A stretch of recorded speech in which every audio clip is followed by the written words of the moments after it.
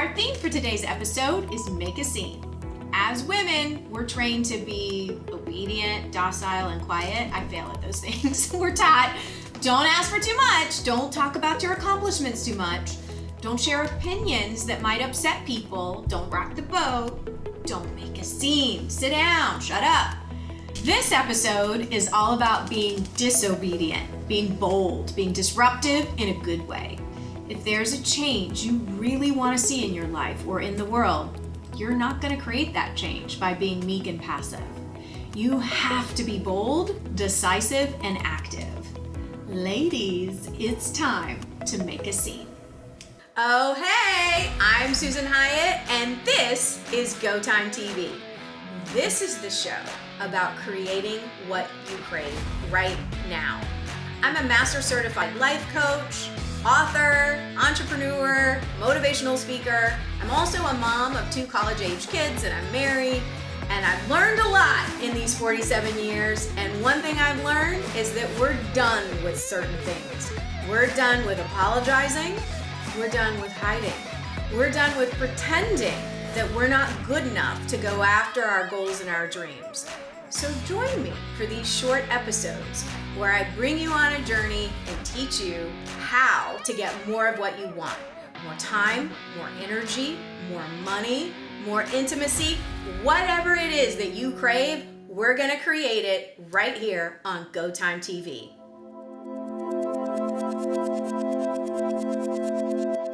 Okay, ladies, I wanna be clear about something. Making a scene doesn't necessarily mean you are screaming, stomping around, or throwing furniture across the room. Or years ago when I threw a glass of orange juice all over the silver fox. But no, when I say make a scene, what I mean is that you stand up for something that's important to you. You ask for what you need calmly, firmly, powerfully. Choose to be active rather than passive, and you use your voice. You refuse to be silenced. So let me give you a positive example. So recently I had this funny hunch that my local banker had made a mistake.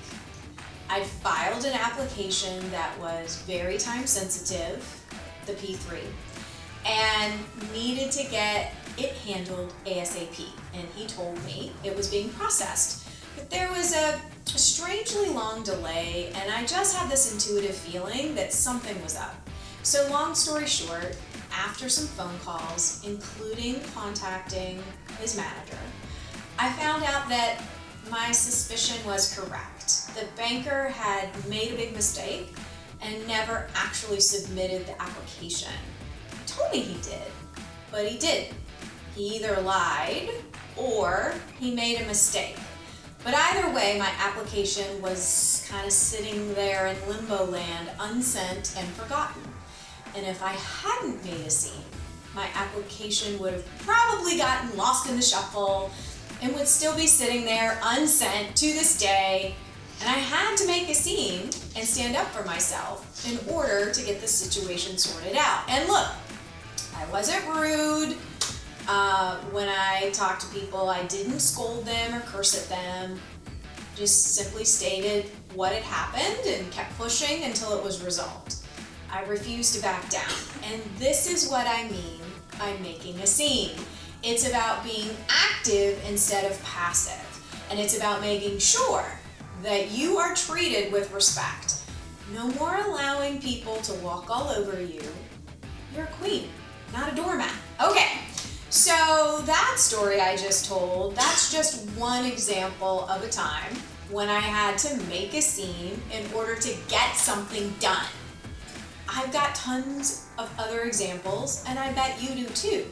What's one area of your life where you need to make a scene? What's one area where you need to stand up, speak up, and stop being so damn passive?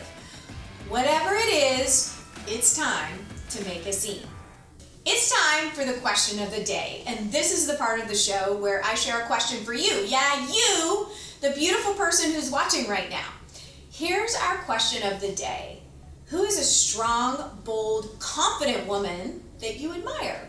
Post your answer down below in the comments. I'm excited to see what you share. I have so many women. My list would be like 500 names long. So go ahead and post your shero. Here's a question I love asking everyone I meet.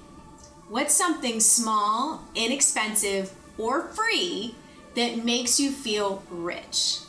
Here's something that makes me feel like $1,000,000. Lots of books, lots and lots of books. So along with today's Make a Scene theme, I have some books that I want to highly recommend to you. So when I was a kid, we didn't have a lot of money growing up, and my mom would take me to the neighborhood library with like paper grocery bags, and she would say like, fill the bag, check out as many books as you want. And that to me as a little girl, I mean, I felt completely rich on those library trips. It was once a week. And so as an adult, when I had kids, I made a lot of like mistakes and faux pas, but one thing I did right was also instilling in them the joy of reading. Because if you can read a good book, you can learn what you need to learn, you can go places in your imagination. And for women, I think it's really important, whether you're a reader or listen to audiobooks, to have a goal of reading at least a book a month. And so here's some latest ones. Untamed by Glennon Doyle. This is an amazing, amazing book. I highly recommend it. Hey, how about Susan Hyatt's Bear? You're gonna feel rich after reading that. And this is a book, it's a coffee table book, and I actually do keep it on my coffee table. It's called In the Company of Women by Grace Bonney. And I give this as a gift a lot. And what's cool about this particular book is it's stories about female entrepreneurs and things that they have done in the world. And so, look, I opened to Lizzo. So if I need like a quick pep talk, a quick jolt of energy, I'll just flip and open and read a story about a successful female entrepreneur, and I immediately feel rich, because if she can do it, I can do it. If I can do it, you can do it. Feel rich to get rich through books. Okay, it's time for another round of lows and highs. Are you feeling low? Stuck in a crummy situation and not sure how to get out of it? Need a lift? Send your dilemma to me, and I might reply to your email on the show. So today's email comes from Meg, and here's her situation. Dear Susan, some of my family members are big Trump supporters, and sometimes I see them posting things online about politics, and it makes me cringe. I don't agree with what they're saying, but I also don't want to be rude and disrespectful. They're entitled to their opinions, just like I am.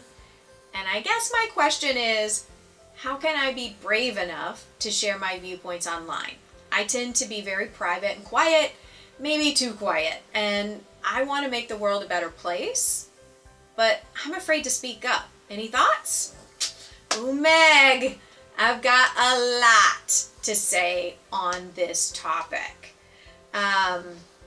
I like to ask the question, do you want to be on the right side of history or not? You know, what kinds of stories will your grandchildren tell about you? What are you afraid might happen if you speak up? If something awful does happen, like people get mad at you and trolls come out, which actually happened to my daughter over the weekend, guess what? You can survive it. It's better to be attacked for doing the right thing than to be ignored because you said nothing.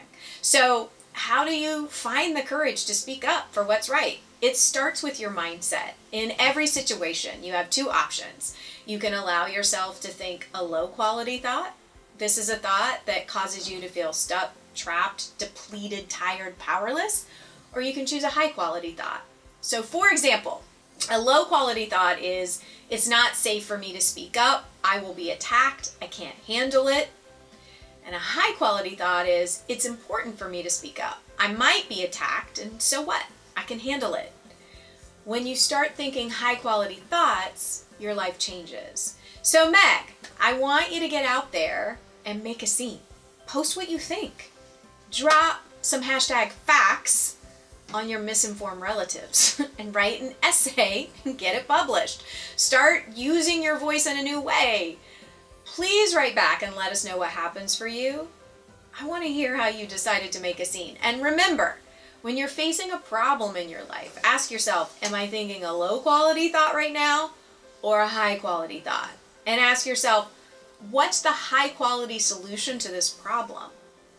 Those questions will guide you in the right direction. Choose the high quality thought and high quality solution. And remember that choosing the high road does not necessarily mean being silent.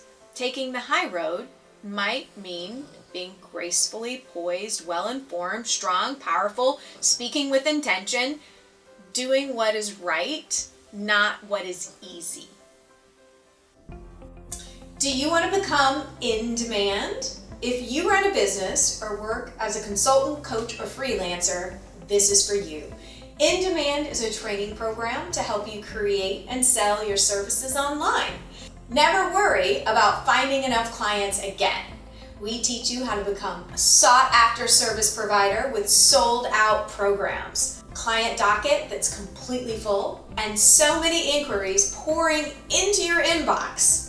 You'll need to start a wait list. Out of all the business investments you could make in 2020, In Demand gives you the biggest financial return. We are determined to help you make more money. We want you to do your amazing work, change the world through your business, and make that money too. Get started for just $97 and become In Demand. Who's ready for a 2-minute upgrade? Yes! I'm going to demonstrate how to upgrade a part of your life in 2 minutes or less. Big results, big improvement, big upgrade in just a tiny little bit of time. So today, let's upgrade your posture.